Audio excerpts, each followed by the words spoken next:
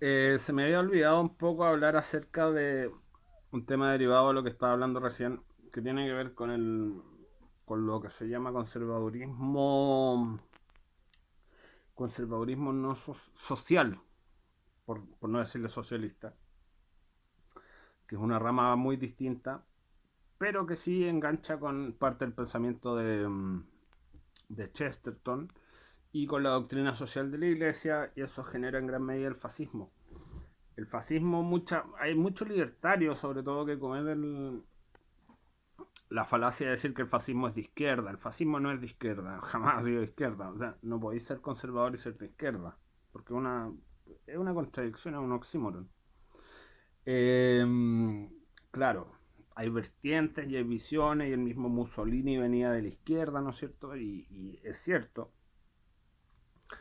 pero claro, cuando tú eres de izquierda y abrazas valores conservadores, ya en parte dejas de ser de izquierda, o en parte vas a crear una cosa distinta, como justamente fue el fascismo, que además es muy entretenido porque tiene un montón de visiones distintas, pero súper distintas dentro de sí, que estaban discutiendo generalmente, o sea, contrario a la idea o a la fantasía que se ha montado después de la Segunda Guerra Mundial de que el fascismo era una cosa que el líder estaba y mandaba y todos tenían que obedecerle. No, el fascismo tenía una riqueza teórica, conceptual, que prácticamente no tiene ni el capitalismo ni el comunismo, y en el comunismo te mataban. En cambio, en la Italia fascista, voy a hablar del fascismo específicamente, no del nazismo, que para mí, modo de ver, tiene cosas que lo hacen súper distinto, súper único, y además, como digo, uno tiene que enganchar la doctrina social de la iglesia con el fascismo. Entonces, para mí, el fascismo verdadero solo se da en países católicos y de tradición fuertemente católica, como Portugal, que tiene un tipo de fascismo que es un fascismo que, ojo, fue aliado de los aliados en la Segunda Guerra Mundial, y en Brasil igual. O sea, hay una vertiente luso-portuguesa, brasilera, de fascismo, que el Estado Nuevo de Getulio Vargas, con el salazarismo, que eran muy aliados de los ingleses, porque histórica y geopolíticamente los lusoparlantes siempre han sido aliados de los anglosajones, que en parte eso lo hacen porque tienen miedo de los hispánicos, ¿ya? Entonces, por un lado tenemos el fascismo luso, que no ha sido condenado y que actualmente nadie lo ve como algo tan malo, y nadie habla en contra de Salazar, ni en contra de Getulio Vargas, ni acá, ni en ningún lado, ni siquiera la izquierda habla en contra de ellos, ojo, porque estaban del lado de los aliados en la Segunda Guerra Mundial. Brasil incluso envió tropas a Europa y todo. Portugal fue neutral, pero más proclive a los aliados que otra cosa. Mucho más proclive a los aliados que a los nazis, por ejemplo. Tenía buenas relaciones con Franco, pero ahí no más.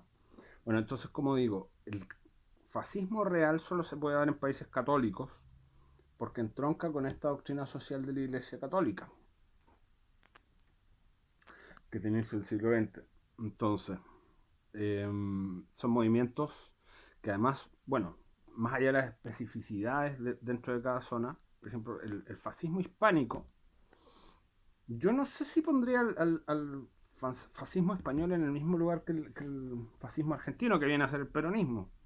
Por mucho que los peronistas actuales se puedan enojar o ofender, el peronismo es el partido fascista que sigue hasta la actualidad. Y uno lo ve en el peronismo justamente lo que pasaba en el fascismo italiano. Hay vertientes más de izquierda, más de derecha, capitalistas, anticapitalistas, etcétera. Una especie de movimiento nacional, como justamente se llamaba en el tiempo del franquismo en España.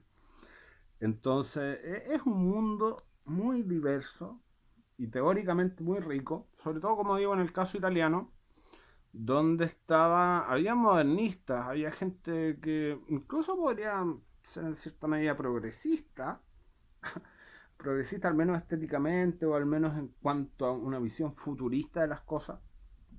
Y por otro lado tenía gente hiper tradicionalista como por ejemplo Julius Evola, que es un gran escritor, un filósofo espectacular, que toda esta gente discutía en Italia, y había cartas, y cada uno tenía escuelas filosóficas distintas, y era gente realmente muy inteligente, o sea, al punto que la variedad y la riqueza teórica del fascismo es tan grande que no se ha podido censurar.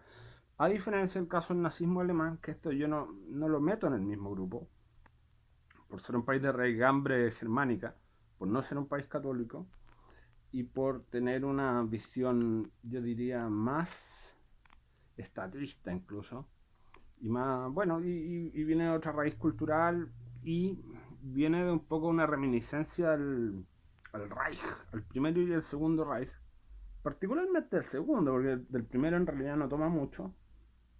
El primer Reich era católico, el Sacro Imperio Romano Germánico era católico y era muy desconcentrado y en realidad el emperador tenía poco poder y había mucha desconcentración de poder, había mucho capitalismo, había una gran riqueza de creación artística, intelectual, había muchísima libertad.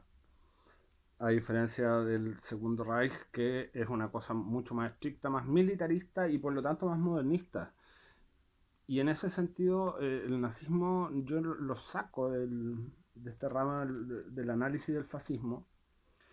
Y obviamente si partimos de la base de que todo parte de la doctrina social de la Iglesia Católica, entonces con mucho menos razón vamos a tomar en cuenta a los movimientos fascistas o protofascistas o pseudofascistas que no son de origen católico o que están en países que no son católicos, como en gran medida lo es Alemania.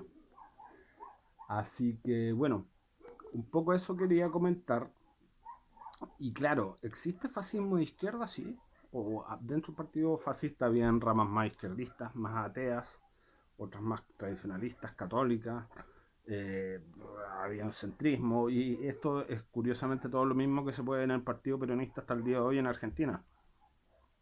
Porque al no tener tampoco, igual que el conservadurismo, una concepción de una estructura de ideas rígida, sino que es súper amplio, a diferencia del marxismo que tiene un librito y tiene una Biblia, donde vuelven y vuelven a lo mismo y hacen interpretaciones, pero siempre sobre lo mismo.